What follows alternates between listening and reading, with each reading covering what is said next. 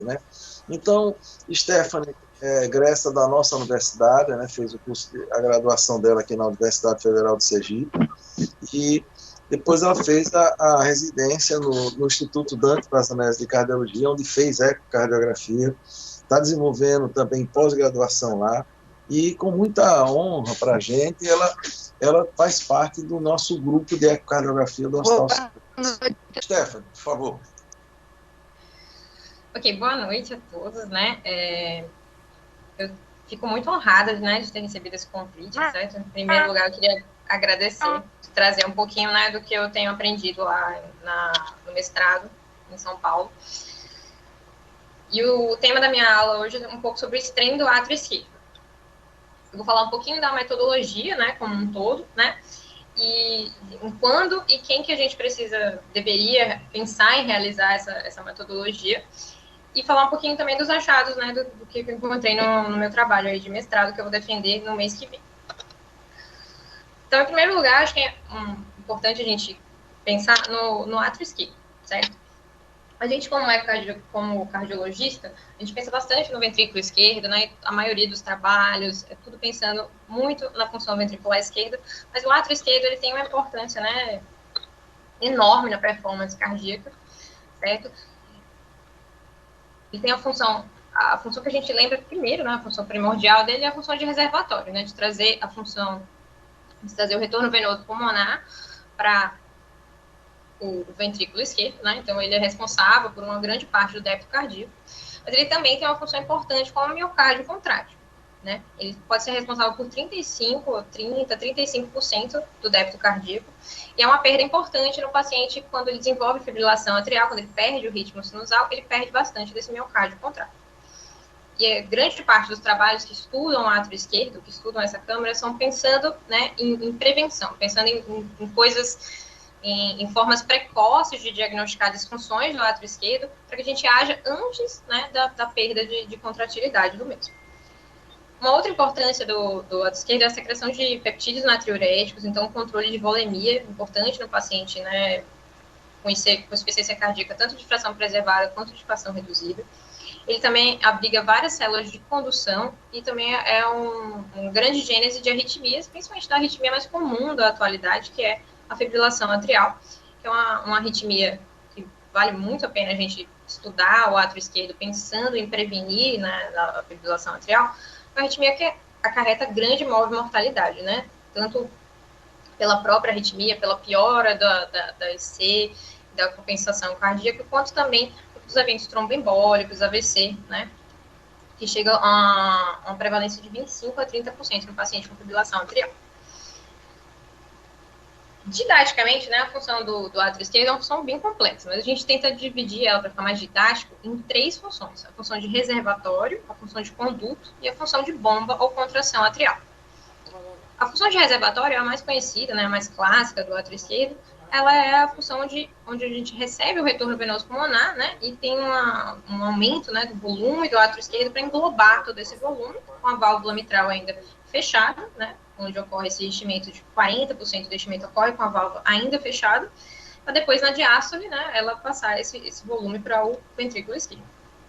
Várias coisas afetam, né, várias patologias afetam a função de reservatório do átrio esquerdo, mas uma grande parte delas seriam as patologias que fazem com que atrapalhem a contração, relaxamento, então, que afetem o miocárdio atrial, né? Então, fibrose, a complacência, né, do átrio esquerdo. E também a gente observa uma redução dela importante no paciente com a miocardiopatia com fração de ejeção reduzida, que tem uma dilatação do BL, também dilata o anel, né? Perde esse deslocamento caudal, né, do anel, a gente percebe que também cai, né, a função de reservatório nesse paciente. Uma outra coisa que também é importante seria a função ventricular direita, né, que determina o fluxo da veia pulmonar para chegar no átrio esquerdo.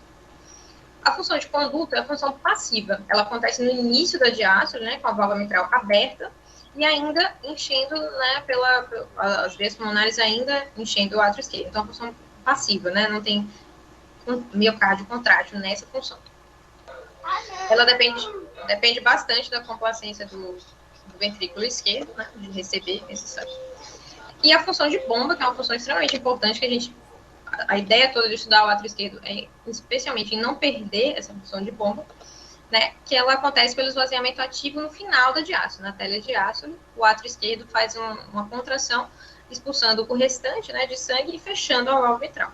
Ele só é presente quando o paciente está em ritmo sinusal, e por isso que a maioria dos estudos vão abordar os pacientes ainda em ritmo sinusal, né, para a gente e depois fazer o follow-up pensando na fibrilação atrial.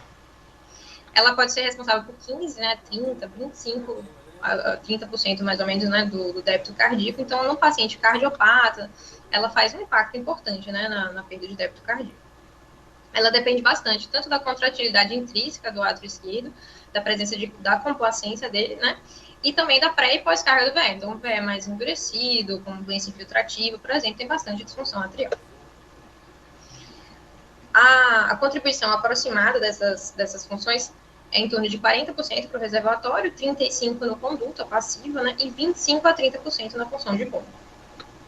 Existem vários métodos, né, pensando em avaliar o átrio esquerdo e a função fásica, né, essa função dividida em 3 fases, a gente avalia ela principalmente foi avaliada pelo volume, né, foi a primeira metodologia, né, depois ela foi avaliada pelo strain atrial esquerdo, que é essa metodologia que eu vou discutir, e ainda sobre uma nova forma que utiliza o strain, mas a gente também desenvolveu um novo, né, os trabalhos mais novos já abordam a sincronia atrial, que antes ainda da disfunção, a sincronia das fibras miocárdicas atriais já mostra correlação também com a evoluir com disfunção atrial e com a fibrilação atrial também. A ecocardiografia é um método de escolha, né? A avaliação do átrio esquerdo, não vou puxar a sardinha aqui para o nosso lado, mas é um método de escolha tanto para avaliação do tamanho, do volume, da função, né? A gente usa, isso aqui é o que a gente faz, né, no nosso dia a dia. Hoje em dia, antigamente, né, a gente usava o diâmetro anteroposterior do átrio esquerdo, né, como função, só que vários estudos já provaram que o volume é muito mais fidedigno. Então, é uma medida que a gente faz todo dia, apoiada em guidelines, né? A gente faz uma média entre a medida no 4 câmeras, a medida no 2 câmeras, e muitas vezes a gente vê isso no dia a dia mesmo, né? Que várias vezes o diâmetro anteroposterior é pequeno, né? Menor do que 40, que era a medida que a gente usava, mas o volume já é aumentado. O volume atrial esquerdo, aí sim já é uma metodologia extremamente, né? Já sedimentada, né? Tem uma relação importante com várias patologias, né, infarto, desenvolvimento de FA. No paciente com... hoje, inclusive, uma das coisas que a gente usa para decidir se vai cardioverter o paciente, se vai fazer a ablação, o paciente já tem um volume atrial grande, principalmente com um volume, né, importante, acima de 45, 60, né, alguns estudos, já mostrou que é um paciente que tem muito baixa chance de manter, né, o ritmo sinusal após a cardioversão e a ablação. Também foi estudado no paciente em pós-operatório, né, um paciente que já tem uma grande chance de desenvolver FA, mas o paciente que já tinha um volume atrial esquerdo antes da cirurgia aumentado, acima de 34, evoluiu com até 50% de FA pós-operatória, teve maior tempo de internação em UTI e maior mortalidade pós-operatória. Também foi estudado para eventos embólicos, mesmo em pacientes, inclusive, com chades vascas mais baixos, e pacientes também pós-operatório, então paciente pós-cirurgia cardíaca, que evoluiu com AVC, o paciente que tinha volume atrial esquerdo maior, foi encontrado esse achado.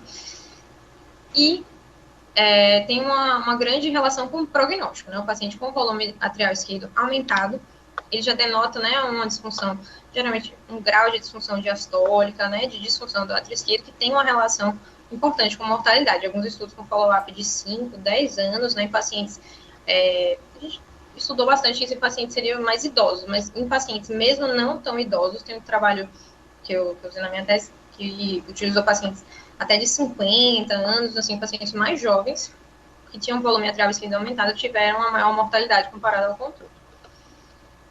Então, utilizando esses volumes, a gente pode fazer, né, a predição das 3 fases. A fase de reservatório, de conduto e a fase de contração, certo? Utilizando a relação entre esses volumes. O volume pré-contração, que é antes da onda P, o volume mínimo, que é logo depois do fechamento da válvula mitral, e o volume máximo, que é antes da abertura da válvula. Aqui é a relação deles com o eletrocardiograma. E aqui é como a gente faz a medida, né? A gente vê pelo eletrocardiograma, né? Tem um volume mínimo logo aqui na sístole, né? No QRS. O volume máximo, logo antes de começar a diástole. E o volume pré-pico, que é logo antes da onda P no eletro. Através da relação entre esses volumes, a gente faz as frações de esvaziamento total, que corresponde à função de reservatório, a de conduto, que é a fração de esvaziamento passiva, e a fração de esvaziamento atrial ativo. Essa foi a primeira forma, né, de avaliação da função atrial, e nessa forma de avaliação, a gente já tem vários estudos, né, sobre isso. Pensando agora um pouco mais no STREM, né, que é essa metodologia mais nova, para fazer essas mesmas funções, só que utilizando uma coisa mais sensível ainda, que é essa metodologia do STEM. O que seria o STEM? Ele analisa a deformação miocárdica. O software, né, do aparelho de ecocardiograma, ele vê na parede, né, as pequenas fibras miocárdicas, que são chamadas de speckles, né, e elas se deslocam ao longo do tempo. Então, o paciente tem que estar monitorizado, de acordo com o eletro, ele vai ver onde é a sístole, onde você vai marcar, na verdade, né, onde é a sístole e onde é a diástole, e ele vai acompanhar a movimentação desse miocárdio ao longo do tempo. Ele vai fazer, isso vai gerar, né, você marca esses pontos, e ele gera uma curva, né, de deformação. Essas são as curvas. Primeiro, ele foi estudado para, como tudo na cardiologia, ele foi estudado para o ventrículo esquerdo, né? Então, assim, o ventrículo esquerdo aqui, no 3 câmaras, no 4 câmaras e no 2 câmaras, a gente faz uma média, ou seja, pega todo, né, os segmentos aqui do ventrículo esquerdo, né?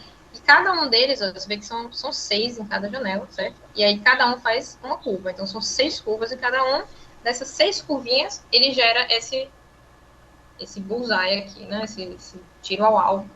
E ele faz uma média, né, e dá o strain longitudinal global, que dá esse valor aqui de 19, esse é um strain normal, né, eu peguei um strain normal para mostrar para vocês. Então, a avaliação por strain, ela mostrou no ventrículo esquerdo, né, que foi a primeira na análise, essa avaliação começou, né, a ser estudada no início aí dos anos 2007, 2009, né, onde tem a maior parte dos trabalhos, e onde foi encontrado grande evidência, né? Hoje o strain do ventrículo esquerdo é extremamente balizado, já tem guideline. É uma metodologia que é muito mais sensível do que a perda de fração de ejeção, que é o método clássico que a gente usa, né, para avaliação da função sistólica do ventrículo esquerdo. Só que muito antes da fração de ejeção cair, né, a gente já vê uma alteração de deformação das fibras miocárdicas. Tem muito menos variabilidade inter e intra-observador, porque a fração de ejeção a gente sabe que até o mesmo observador, se for fazer esse exame em momentos diferentes, ele vai encontrar um valor diferente. Como o strain, ele utiliza uma parte que realmente essa deformação da curva é tudo feita por um software, né, fora não é a gente mesmo, né, que faz, a gente só marca os pontinhos, né, mas assim, ele que faz essa parte numérica, isso acaba tendo bem mais reprodutível, né, como um método. E já foi encontrado, né, em vários trabalhos, né, com frações de ejeções normais, inclusive frações de ejeções extremamente altas, né, paciente, por exemplo, com miocardiopatia hipertrófica, né, que tem uma fração de ejeção geralmente 70%, mas com strain extremamente reduzido. E a gente tem vários trabalhos, né, com strain, pensando nesse marcador sensível, precoce. Ele foi estudado em populações com fatores de risco, geralmente com a fração de ejeção preservada, então, em pacientes hipertensos, diabéticos, obesos, já evidenciando miocardiopatia subclínica, né, tanto pelo aumento de pós-carga, no diabetes, já tem vários estudos provando que realmente a hiperglicemia altera realmente a contração miocárdica, né, a fibra miocárdica. E uma coisa muito importante também do strain é que ele, além de ser reprodutível, ele também é um grande fator para a gente acompanhar esse paciente. Então, um paciente que chega com um strain, isso tem inclusive um trabalho nosso de mestrado do ano passado, no ano Dante. Um paciente com hipertensão arterial que chega com hipertensão super hipertenso, né, fazia o strain reduzido, e depois esse paciente é acompanhado ao longo do tempo. Com o controle da pressão arterial, o strain normaliza, assim, né. Ele hoje também é utilizado para pacientes com cardiotoxicidade, também com essa mesma ideia de acompanhamento. Então, suspensão de quimioterápicos, você refaz esse strain 3 meses depois, muitas vezes ele retorna ao normal, né? Muito antes de cair a fração de ejeção, que é muito menos reversível, né? Já foi usado também para avaliar doença coronária, né? Muito antes da alteração de contratilidade miocárdica. Ele tem correlação com parede, com a artéria coronária acometida. E também já foi avaliado em pacientes com... Tem os trabalhos mais recentes, também foi um outro trabalho que a gente fez no Dante no ano passado, que é um paciente com estenose mitral, por exemplo, que não tinha critérios ainda cirúrgicos, mas que já tinha, né, um strain reduzido também, né, provando que é uma indicação precoce cirúrgica.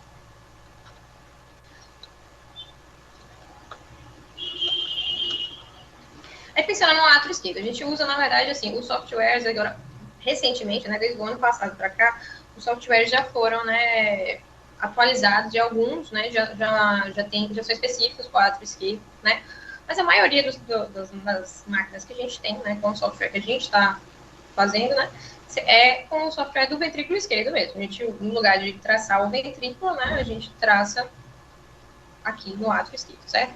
Então, seriam os mesmos 6 segmentos, né? A gente faz isso no 4 e no 2 câmeras, então a gente tem uma média de 12 segmentos, né? Faz bastante preciso por isso, né? Faz uma média de 12 segmentos para a gente ver a função do átrio.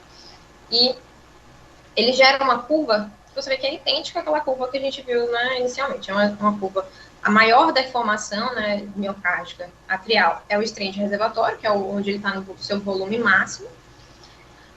Quando ele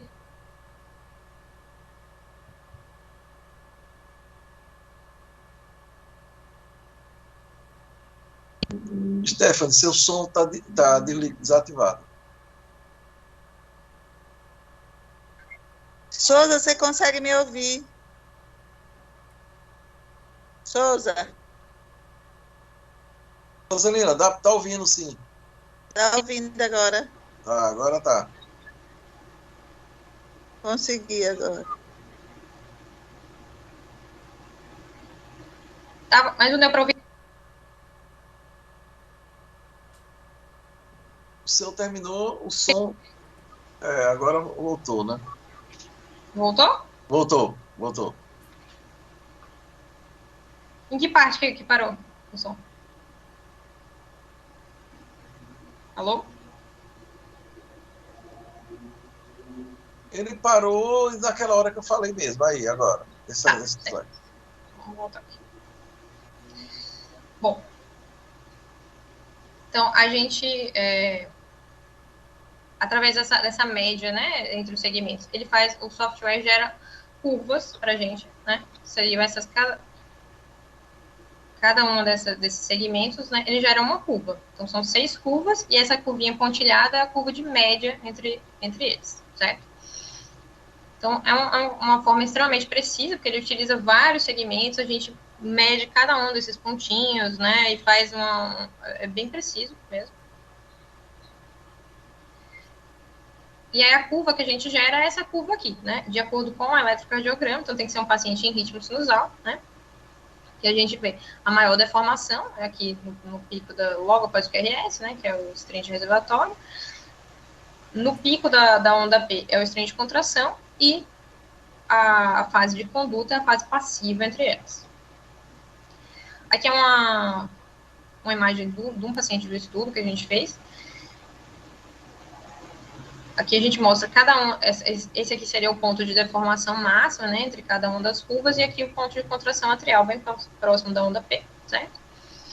E a gente vê também com isso aqui, né, vai ser uma outra metodologia que eu vou discutir na frente, que é a sincronia atrial, certo? É ver se cada um desses pontos, né, o normal, né, o átrio esquerdo normal, contrairia onde esse ponto G, o ponto de máxima deformação, seria basicamente na mesma hora, né? Ele aconteceria no mesmo momento do ciclo cardíaco, né? No mesmo momento do QRS. Então, você vê que quando tem esses pontos diferentes, isso é um átrio mais dissincrônico. Às vezes, o valor, né, aqui pelo valor, né, às vezes não é um valor tão baixo, mas essa diferença entre os vários momentos de contração dos segmentos do átrio esquerdo já mostra também uma correlação com a disfunção atrial e com uma maior probabilidade de evolução para fibrilação atrial. Aqui a gente consegue, né, excluir as curvas e deixar ela mais limpinha, assim, para a gente fazer esse valor, certo? Em quem que é interessante fazer o strain do átrio esquerdo? A primeira, né, como eu havia dito, né, a primeira coisa que a gente tem que pensar é no paciente com fibrilação atrial, mas é no paciente que já desenvolveu fibrilação atrial? Não. Uma vez que já desenvolveu a fibrilação atrial, a gente perde bastante, né, da importância do strain, né? Ele já, com certeza, vai ser reduzido.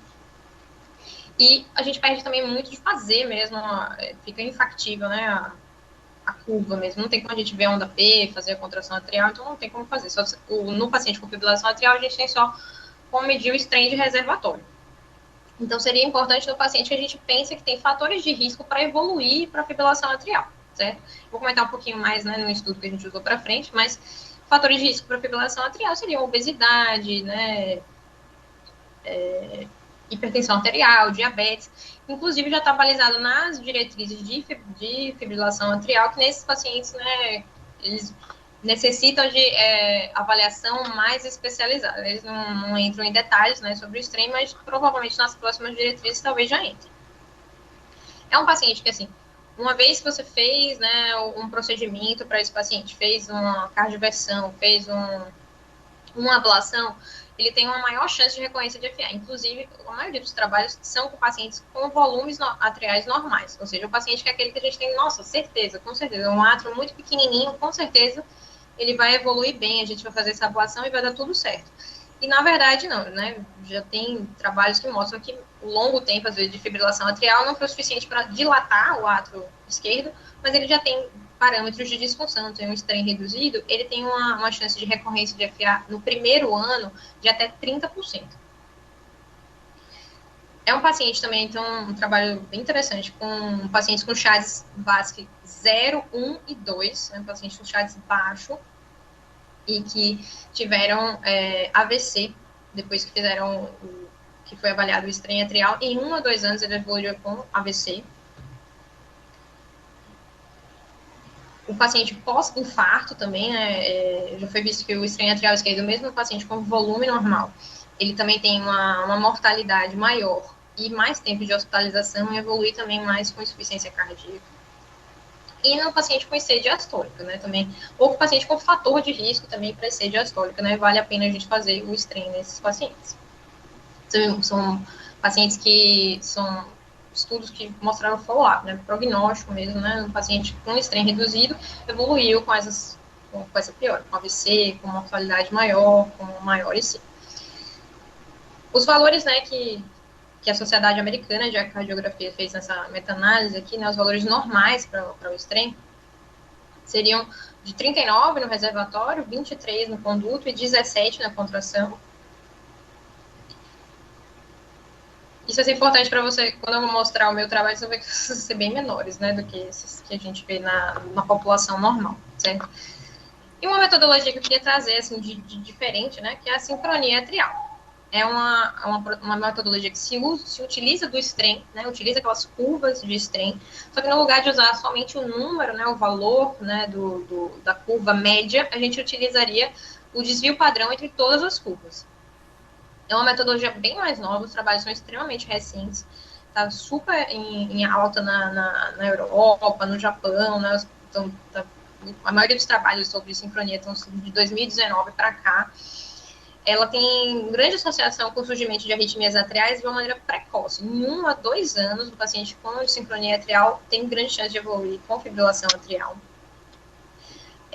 Já foi encontrado também com relação com pacientes com outras patologias, como diabetes, esclerodermia, cardiomiopatia hipertrófica, amiloidose. E um trabalho um trabalho recente, né, publicado no Jornal da Sociedade Americana, é um trabalho até pequeno, né, que usou 35 controles e 35 pacientes com FA e fez essa predição através da sincronia atrial. Então, eram pacientes que tinham fatores de risco para IC, a maioria deles era 60% eram hipertensos, tinham diabetes, né, fatores de risco mesmo, mas eram pacientes com função sistólica normal. O critério de inclusão dele era a função normal, né, e pacientes com átrio normal. Então, a média, se não me engano, de volume do átrio esquerdo dele era 28 ml, assim, o normal é abaixo de 34 ml, então, assim, um átrio bem normal. E ele já mostrou, num follow-up até curto, follow-up de em torno de 2 anos, o follow-up médio dele, ele mostrou que um paciente que tinha essas mesmas curvas que eu mostrei aqui, né? Então, são as curvas, 6 curvinhas, né? Você vê que o ponto delas aqui está extremamente bem sincronizado mesmo, né? Eles estão, o ponto de maior deformação miocárdica de cada um dos segmentos do átrio esquerdo está mais ou menos no mesmo local. Esse paciente tem um desvio padrão baixo, certo? Em torno de 2%, que é considerado normal pelo estudo. Já um paciente aqui que tem cada ponto num momento diferente, ou seja, já mostrou uma desincronia, ele tinha um desvio padrão de 6,3%, isso é uma foto do estudo mesmo, esse paciente evoluiu com FA. Então, um estudo até pequeno, mas que teve correlação mesmo. Ele mostrou que quando o desvio padrão é maior do que 5,3%, o paciente tem uma chance maior de evoluir com FA em um tempo de 1 a 2 anos. O paciente com função normal, com volume atrial normal. E por que a gente fala tanto da fibrilação atrial, né? É uma arritmia extremamente frequente, né? A mais frequente no mundo, né? Que tem vários, né, estudos sobre ela. Eu trouxe esse estudo aqui para a gente pensar na prevalência do Brasil mesmo, né? Uma prevalência realmente semelhante com a dos países de primeiro mundo, mas uma prevalência em torno de 2%, né, no geral, e uma prevalência que aumenta muito no paciente mais idoso. Então, chega a 14% em homens e 8% em mulheres, que é a arritmia também mais frequente no paciente com IC, com miocardiopatia dilatada, que foi a população que eu estudei no meu estudo, e que faz um grande impacto, assim, na sobrevida, né, na perda de débito cardíaco desse paciente. Então, o paciente que, quando já está em classe funcional 4, chega a mais de 50% de prevalência de FA, que é um fator tanto independente de mortalidade quanto de morbidade, dá muita internação, né, o paciente tem uma piora, né, na qualidade de vida importante. Então, aqui eu trouxe um pouquinho, né, dos resultados aí do meu estudo, para a gente, mais para incitar a discussão mesmo, né? Eu estudei uma população com insuficiência mitral funcional, que tinha miocardiopatia dilatada, e no meu estudo é uma população já doente, uma população com ventrículo esquerdo doente. A média de fração de ejeção do meu trabalho foi em torno de 29%. Eu queria saber se o átrio esquerdo, né, se ele contribuía nesse paciente, ele já sabe que é um paciente cardiopata, extremamente doente, se o átrio esquerdo tinha um impacto, né, se a piora de função nesse paciente faria ele morrer mais, faria ele internar mais. E a gente viu que sim, certo? Então, assim, o meu estudo tinha 280 pacientes a princípio, né, a gente ficou com 214 no final, que foram os pacientes que tinham os dados da insuficiência mitral. A maioria da insuficiência mitral, então não é uma insuficiência mitral que foi tão relevante, né, assim, nesse ponto, a maioria deles, quase 60%, eram em M discreta, o grupo controle tinha 21%. A maioria desses pacientes eram pacientes bem, né, cardiopatas mesmo, tinham 60% de hipertensão, a maioria deles eram isquêmicos, a fração de ejeção, como eu falei, a média em torno de 29%. E a gente vê que o strain, né, os valores aqui nesse paciente cardiopata são muito menores do que aqueles 39%, 23% e 17% que a gente tem na população normal, certo? Então, uma população também que teve bastante mortalidade, né, em torno de 25% deles morreram. O meu follow-up médio, eu tenho follow-up até de 10 anos, mas o follow-up médio, a maioria dos pacientes foi até em torno de 4 anos e meio. E foram pacientes com bastante evento, né? 43% foi para transplante, internação por IC ou falecer. Aí que, na mortalidade, a gente vê que teve um impacto, né? A fração de esvaziamento atrial ativa, que é aquela que reflete a função de conduto, de contração, né? Tem um impacto importante na mortalidade, ou seja, o paciente que perde essa função é um paciente que morre mais. A gente achou esse ponto de corte, né, de 17,8%, uma curva de Kaplan-Meier que abre bastante, né, aqui a partir de em torno de 9 meses a 12 meses de sobrevida. E nas internações também por insuficiência cardíaca, a gente teve uma contribuição importante, né, do strain de contração, novamente, né, a função de contração, como ela é importante, né, para o paciente com IC, e a dispersão atrial, que é a variável que representa a sincronia atrial, certo? Então, quanto mais disperso, né, o átrio, também maior a internação por IC, a gente achou esse ponto de corte de 19,1%. E aqui, a sobrevida livre de eventos, né, que também a dispersão atrial, né, a sincronia atrial se provou como um fator preditor de sobrevida livre de eventos. Novamente. E acho que foi mais ou menos isso aí que eu queria discutir com vocês. Eu agradeço pela oportunidade. Bem, parabéns, Stephanie. Antes de passar aqui a Joselina a palavra, né, a Joselina está doida para falar isso com você, eu gostaria de parabenizar, mas eu sempre tive assim, um interesse muito grande no átrio esquerdo, né, porque eu trabalhei muito na minha tese com função diastólica.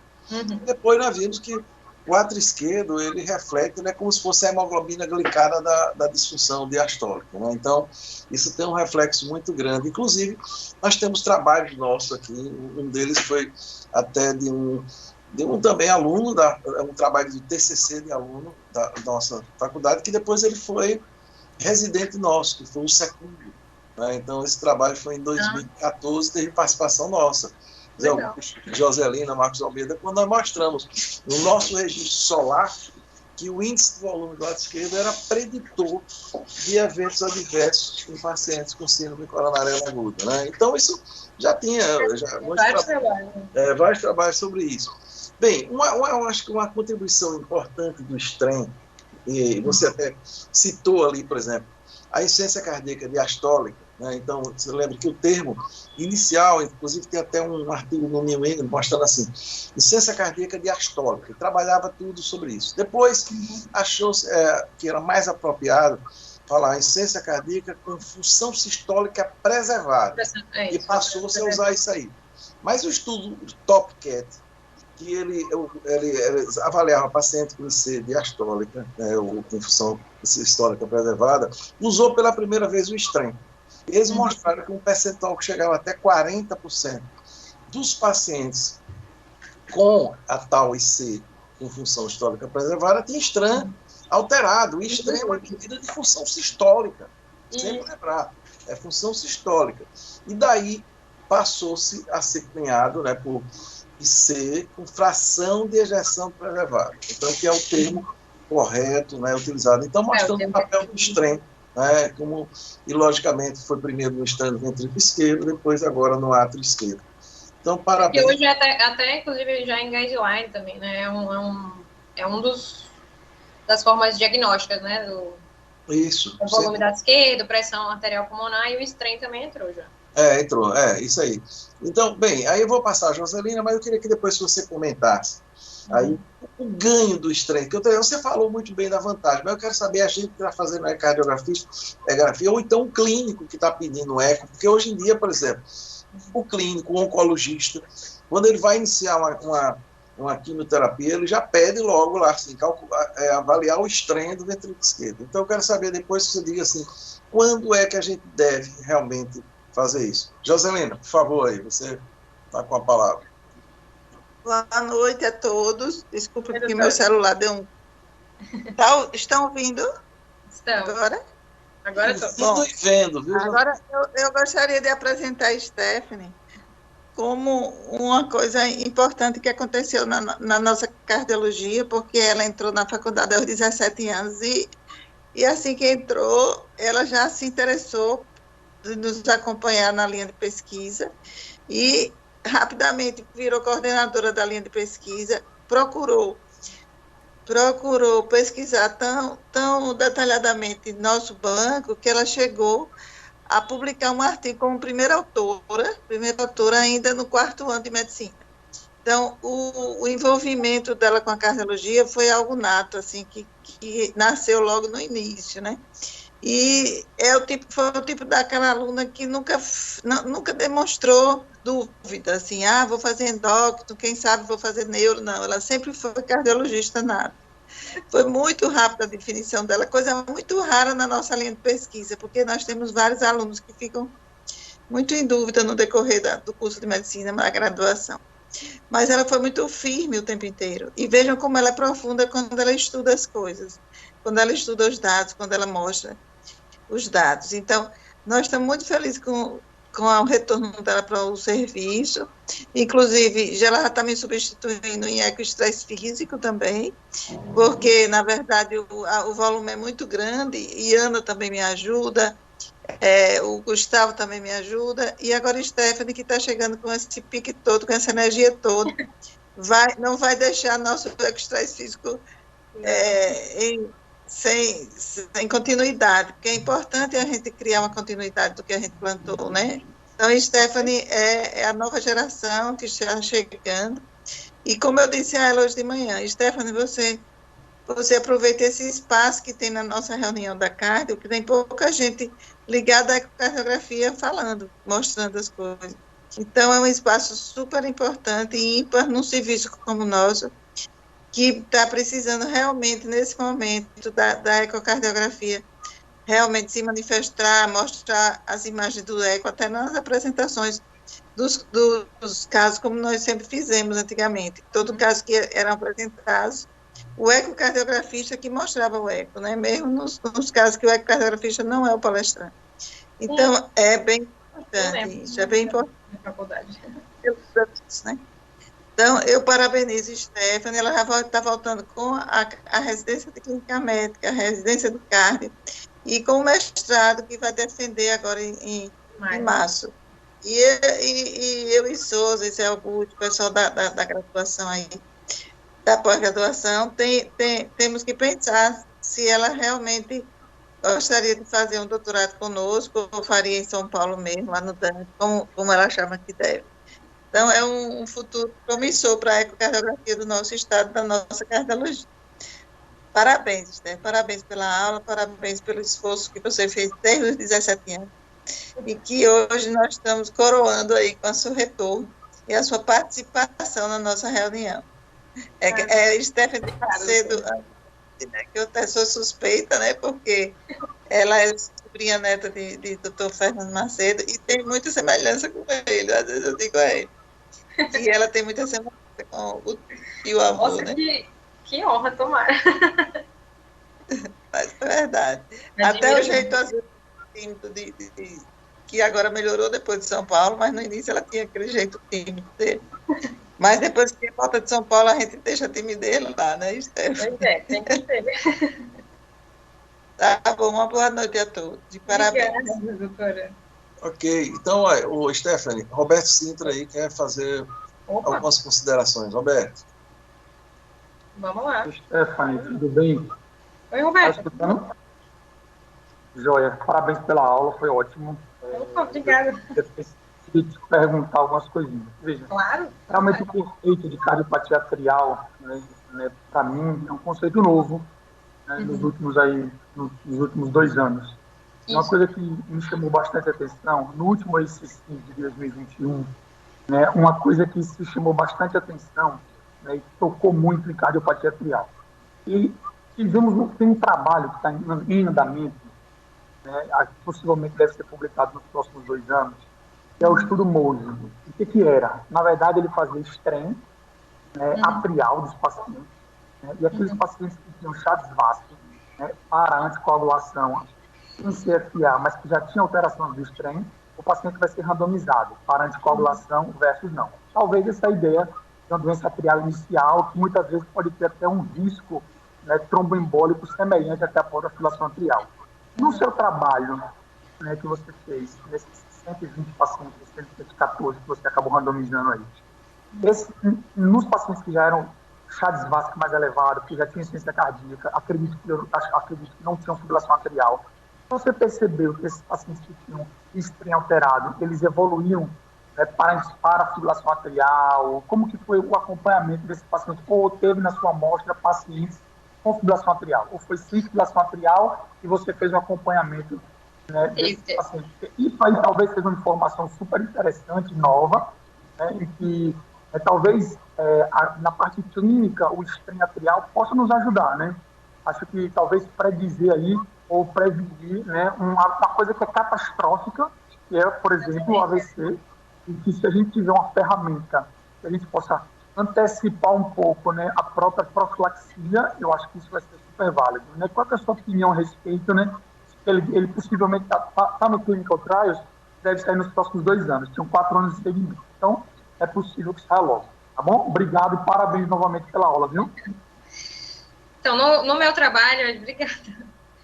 No meu trabalho, a gente teve essa pergunta, né, da fibrilação atrial. Foi uma coisa que eu procurei, eu fiz uma revisão extensa de prontuários, vi todos os eletros dos pacientes. Só que acontece que, assim, não tinha tanto registro. Como eram prontuários antigos, né, nem todo mundo registra se teve fibrilação atrial ou não, né. Então, eu encontrei pouco. Então, na minha casuística, eu tive só 8% de paciente que evoluiu com fibrilação atrial. O paciente que evoluiu com fibrilação atrial tinha uma relação com ter o strain reduzido, né? Mas eu não consegui um N significativo para ser uma correlação com P significativo. O que a gente percebeu também, assim, uma outra coisa que atrapalhou nesse estudo, que eu acho que a maioria dos estudos, ele usa paciente com função preservada. No meu estudo, como eles eram pacientes com IC grave, a maioria deles ia para Resync e marca-passo. Então, eu perdi esse dado. 60% quase da minha amostra foi para Resync e marca-passo. Então, eu perdi bastante dado de follow-up da fibrilação atrial por causa disso, né?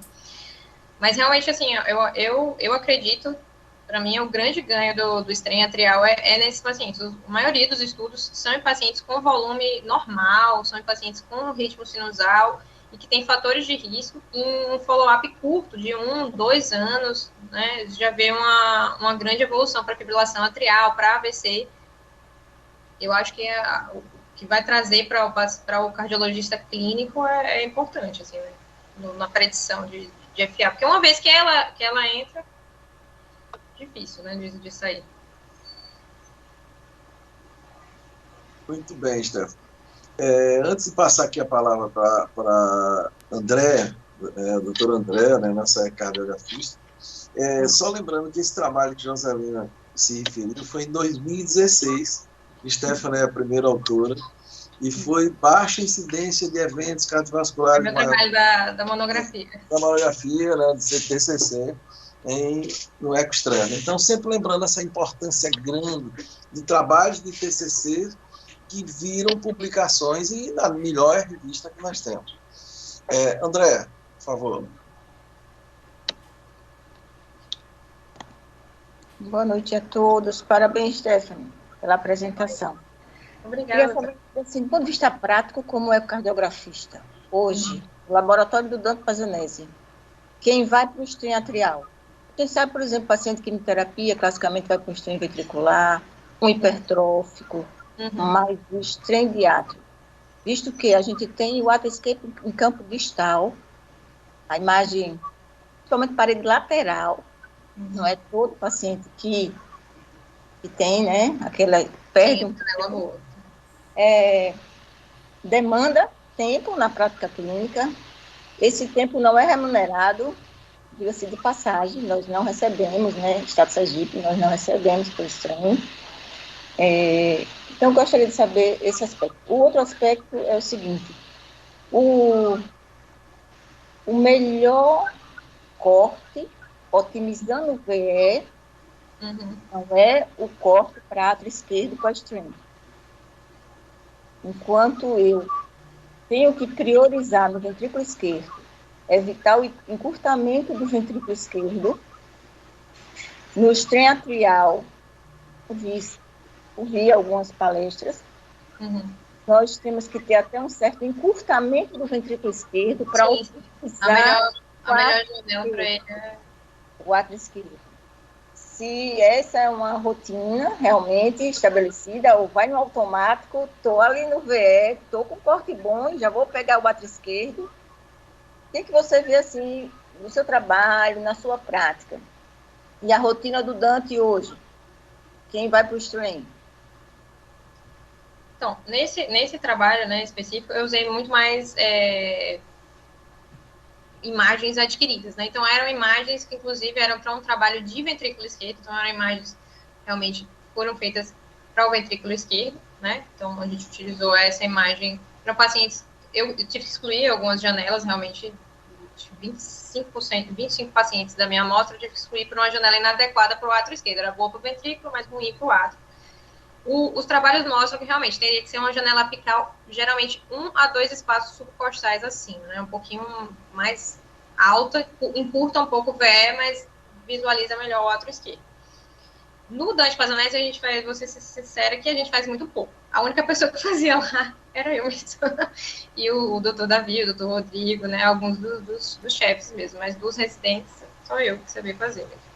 Então, é uma coisa que a gente faz muito pouco, né? E como eu tinha esse trabalho, eu acabava fazendo nos pacientes que a gente via algum prognóstico. Os pacientes da eletrofísica, pacientes que tinham átrios que não eram tão grandes, mas que a gente já via disfunção atrial, já via uma dilatação do anel mitral, então a gente fazia, às vezes, nesses pacientes com alguns, quase sempre com strain reduzido. Mas na prática, realmente, é uma coisa que demanda mais tempo, né, e que a gente realmente não é remunerado, mas, inclusive, os meus chefes lá em São Paulo, eles estavam tentando pleitear isso de fazer o strain ser uma coisa do hall, né, da ANS, eles mandaram até umas autorizações, eu lembro disso, não sei como é que está essa questão. E o padrão maior, teto maior do que à medida que eu vou para o anel, o padrão de termos de valor, onde eu tenho maior strain. Teto em relação, teto base, digamos. Ou seja, onde que está o maior strain? Próximo do teto ou próximo do anel? Não tem, assim, como a gente usa as curvas, né? E ele faz uma média entre todos os segmentos. Então, não tem muito esse diferencial entre os segmentos, né? Só quando ele faz uma média entre eles todos, o software, né? Agora que no AVE, quando você faz o VE, você tem o maior strain ápice, né? O strain cresce da base para o ápice. E no átrio, o strain cresce do anel para o teto. Os valores mais próximos, tanto que a gente mede geralmente um pouquinho para baixo, a validade medir um pouquinho em torno de 1 a 2 quadradinhos, não sei medir direito, mas ele é um pouquinho abaixo do anel, porque justamente o anel ele faz tem uma grande deformação, e aí o software lê aquilo como uma deformação do átrio, mas na verdade não é do anel, né? Então a gente tende a medir abaixo, nos dois lados, abaixo do anel, para não acontecer essa... E dá um erro de medida aí, nesse lugar. Ok. Agora nós temos um hemodinamicista. Vamos ver se o estresse de átrio serve também para hemodinâmica aí. Vitor.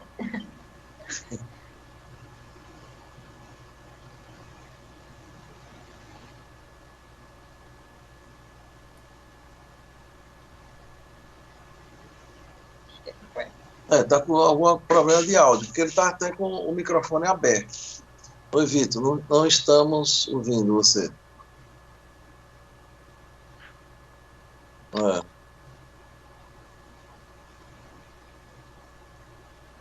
Bem, nós poderíamos passar então aí para Alexandre, né, que é o próximo, enquanto o Vitor volta. Eu vi que ele saiu. Alexandre. Boa noite. Parabéns, Stephanie. Obrigada, eu queria tirar algumas dúvidas. Veja, quanto tempo você acha que essas medidas de strain, quanto tempo você gastaria mais do que um eco convencional? Por que eu estou perguntando isso? Porque isso não poderia ser incorporado, um strain, de forma rotineira na prática clínica, sempre que se pede um eco. Isso aumentaria muito o tempo do exame? Olha, aumenta. Porque, assim,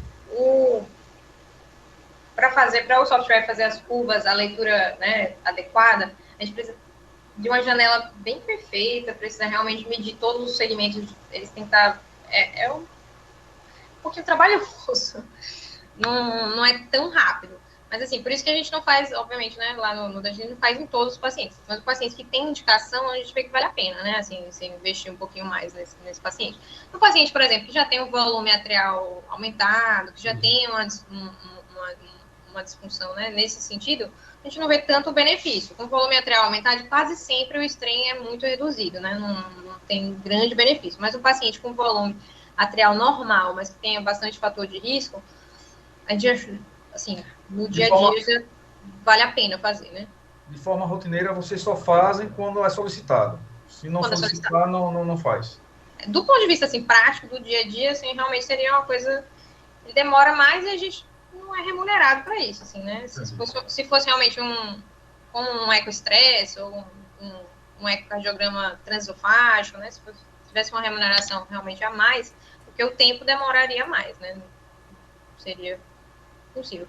Mas, assim, sempre, se você quiser, né, medir isso em algum paciente, isso estando escrito, assim, se tiver essa suspeita, a gente sempre faz. Eu faço o strain do ventrículo, por exemplo, não é uma coisa que a gente não faz, né, de rotina, mas tem sempre um paciente que é da cardio-onco, né, e vem com pedidinho, a gente sempre faz, né? Eu acho que talvez valesse a pena a gente começar isso lá no São Lucas, né? Esse paciente, principalmente você, né, da arritmia, que vê bastante. Imagina que o strain, para algum estudo, para mostrar benefício do strain atrial, tem que ser um estudo com N provavelmente muito grande, né? Então, não sei se até seria viável um estudo desse, com um segmento muito longo, talvez, porque seriam pacientes, né, provavelmente com Chagas Vasque baixo, que não estão anticoagulados e que teriam alguma alteração de strain atrial.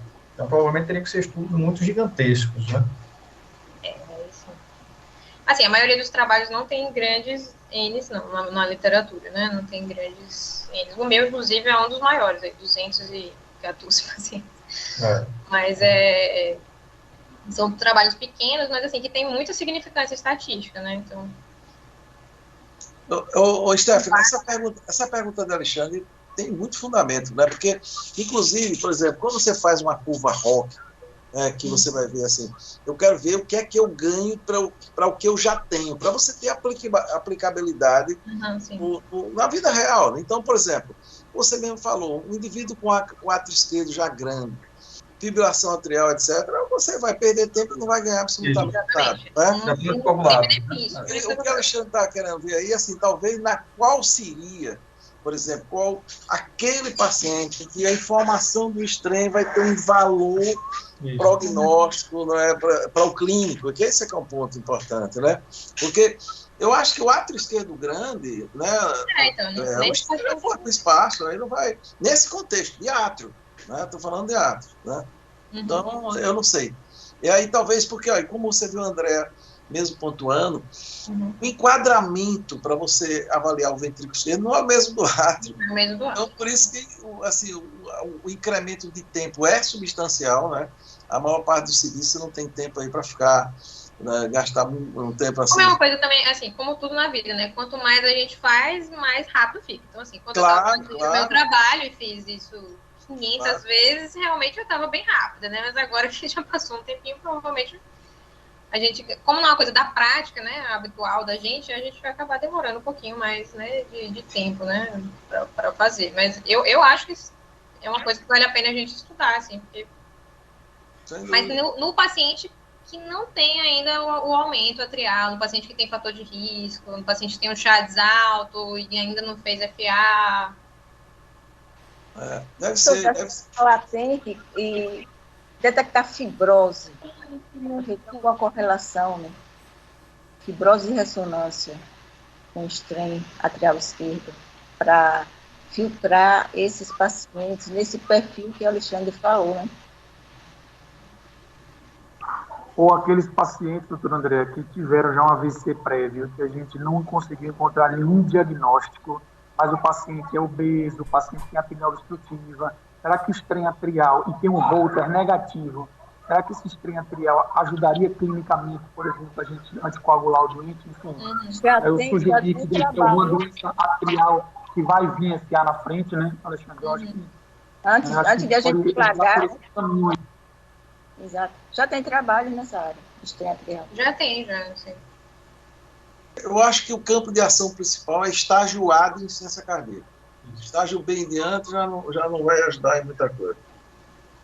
Bem, Vitor está doido aqui para mostrar que o strain serve também para hemodinâmica, não sei. Circuleta, fechamento. Daqui a pouco a gente vai começar a medir strain através de catéter também, viu? Opa! Stephanie, parabéns pela apresentação. Eu confesso que eu nunca tinha ouvido falar em strain atrial. Também não sou um grande pesquisador disso, então assim tem esse viés, né? Mas assim, a gente que estuda muita valvopatia, né, a gente tem procurado, né, a gente no Heart Team, a gente tem casos muito limítrofes de indicação cirúrgica ou percutânea, se indica ou se não indica, né? E a gente lança a mão de BNP, lança a mão de ergospirometria, e o strain longitudinal do VE é um marcador bem precoce, né, de cardiopatia estrutural, e já tem alguns trabalhos para a válvula aórtica, né, que ajudam a direcionar de um paciente com estenose aórtica assintomático, certo? Queria saber se você leu já, pesquisou, né, no mestrado alguma coisa específica sobre o strain longitudinal do átrio para valvopatia mitral, tipo assim, para ajudar numa indicação cirúrgica de um caso mais difícil, se opera mais precoce ou não, né, se teria alguma coisa relacionada a isso, já que você tenha visto assim nas suas pesquisas. Então, o meu trabalho era de insuficiência mitral funcional, né? Então, de funcional não tem nada mesmo na literatura. Realmente, o meu trabalho vai ser pioneiro. Mas na insuficiência mitral orgânica, né? Foi até a tese de defesa do pós-doutorado do meu orientador, ele foi em insuficiência mitral orgânica. E foi mostrado que o strain atrial, ele melhorou depois que corrigiu, né? Teve uma melhora, né? E o paciente que tinha uma indicação de importante, mas mesmo os pacientes com moderada, que já tinham, né, disfunção atrial, eles evoluíram, tanto o paciente que tinha mais disfunção no pré-operatório, ele evoluiu pior no pós-operatório, quanto também teve um ganho importante de função pós-cirúrgico, mostrando que realmente o átrio tinha uma disfunção, mas ainda não era fibrose, tinha, né, realmente muito o que ganhar, né, ganhou... Teve até uma subida de fração de ejeção de 10%, o volume atrial diminuiu, e com um mês de pós-operatório já tem uma melhora de strain, de volume, de tudo, né? Então, assim... Legal. Obrigado, Stephanie. Outra coisa assim, que eu vi vocês discutindo, é que eu tive um probleminha aqui no computador, terminei abrindo agora no celular. É sobre Chades-Vasque, FA, né? Não sei se você consegue predizer aparecimento de FA a partir do strain. É uma situação que eu pensei assim, que até me deparei um dia desse no consultório, era um paciente mais jovem com Chades-Vasque de 1. Aí Chades-Vasque de 1 eu fico em cima do muro. Eu confesso que eu fico ali anticoagulo no anticoagulo. Tem gente que é a favor já de ser mais agressivo, tem gente que a partir de 2. E talvez num caso desse, com um strain alterado, você tivesse um pouquinho mais assim, um marcador de atriopatia e de AVC, como você mesmo falou, né? E te induzisse a anticoagular um Chades-Vasque de 1 com mais frequência. O que você acha? Nesse cenário que eu acho que é importante, né? Num paciente que você não tem dúvida, né? Não vai acrescentar nada a metodologia, né? O paciente que já tem um Chades alto, claro que você vai anticoagular, né? Mas o paciente que tem um Chades limítrofe, que é mais jovem, que tem um átrio, teoricamente, com volume pequeno, né? Por que você anticoagularia? Das coisas que os trabalhos pesquisaram. Tem esse trabalho já mesmo, né, com Chades reduzido, um trabalho até relativamente recente, né, 2015, 2016. Tem outros trabalhos aí que abordam essa coisa do AVC pós-operatório, AVC pós-infarto, né, eventos embólicos. Então, assim, eu acho que nesse paciente é extremamente benéfico o strain, acho que acrescenta, assim. Ô Vitor, legal, obrigado. Só como curiosidade aí, que você falou, normalmente a gente imagina, né, que o Chades-Vasque 0 é 0 chance de evento tromboembólico, né? Teve um caso aí, acho que tem um ano mais ou menos, era um paciente que era Chades-Vasque 0 e que tinha um FA, e por desencargo de consciência, a gente fez um eco esofágico antes, estava anticoagulado, né, antes de cardiovertê-lo. E mesmo anticoagulado, ele estava com trombo. Né? Quer dizer, era Chades-Vasque 0, ele, teoricamente, você poderia não anticoagulá-lo, ele estava anticoagulado, e mesmo Chades-Vasque 0, ele estava com trombo na auriculeira. Ou seja, será que o strain poderia agregar alguma coisa para esse tipo de paciente? Será que Chades-Vasque 0 é 0 mesmo de chance? Principalmente se você for fazer uma cardioversão elétrica, que você vai fazer uma coisa mais aguda, né? Eu sempre peço, se tem possibilidade de fazer... Né? Eu sempre peço, porque você não tem certeza se o paciente está usando anticoagulante. Primeiro que às vezes ele jura que está tomando e não está. Às vezes ele parou de tomar 1 dia, 2 dias, 5 dias, sei lá, e não lhe avisa. Outra coisa que a gente não tem é a medição sérica, né, do nível do anticoagulante, Sim. Né? Então, assim, a gente não sabe o quanto que realmente aquele paciente está anticoagulado, quanto que aquele anticoagulante está realmente... Porque nos estudos, né, que eles fazem, né, isso, eles têm a medição sérica, né? E um outro potencial problema, que eu até conversei com os Augusto recentemente, é essas cópias, né, de xarelto, por exemplo, se são todas semelhantes, se a biodisponibilidade dessas medicações é semelhante. Então, quando você prescreve, por exemplo, vou prescrever xarelto para o paciente, o paciente vai na farmácia e vai ser vendido, muito provavelmente, mais barato para ele. Né? Será que todos são iguais? Então, será que todos estão devidamente anticoagulados? É uma coisa que a gente tem que pensar também, né? Uhum. Muito bem, eu só me lembro, Alexandre, de um estudo que eu acho que, não sei se foi Antônio Carlos Carvalho, né, o nosso saudoso professor da Escola Paulista, que fez, eu acho que foi ele mesmo, um estudo de bioequivalência com cópias de clopidogrel, eram as 6, e era uma coisa impressionante, como era discrepante, né? Então, esse ponto que você falou aí, é verdade, a gente já começa no consultório a ter isso, né? O paciente vai com um produto que a gente considera assim mais seguro e já volta com o outro, né? E é difícil você dizer que não é, né? Esse é o grande problema. Isso é um problema da prática, né, real. Como foi falado aí, né? Por exemplo, você prescreve uma rosuvastatina, um genérico, por exemplo, você vê que o LDL baixou. Sim. Mas um xarelto genérico, qual é o... como é que você vai saber se ele realmente... Não tem como saber, né? Como é que você vai... Né? Complicadíssimo. É um negócio danado, né? E a gente sabe que pesa muito no bolso desses pacientes, né? Quando você faz um cardápio todo aí medicamentoso, a conta pesa, né? É difícil, muito difícil. Bem, eu acho que hoje também foi uma noite aí de muito aprendizado aqui com o Stephanie, muita alegria de vê-la, Stephanie. Sempre um momento assim alegre para nós outros, quando alunos nossos começam já, né, nos ensinar, né? Então isso aí é uma das coisas mais assim gratificantes que a gente tem no dia a dia. E a gente espera aí contar com você mais vezes, né? Talvez até já naquele relato de caso já vá se preparando aí, que eu acho que é uma coisa...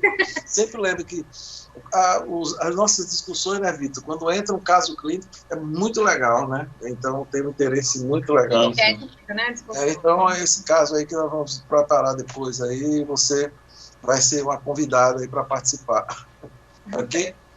Então, pessoal, boa noite a todos, né?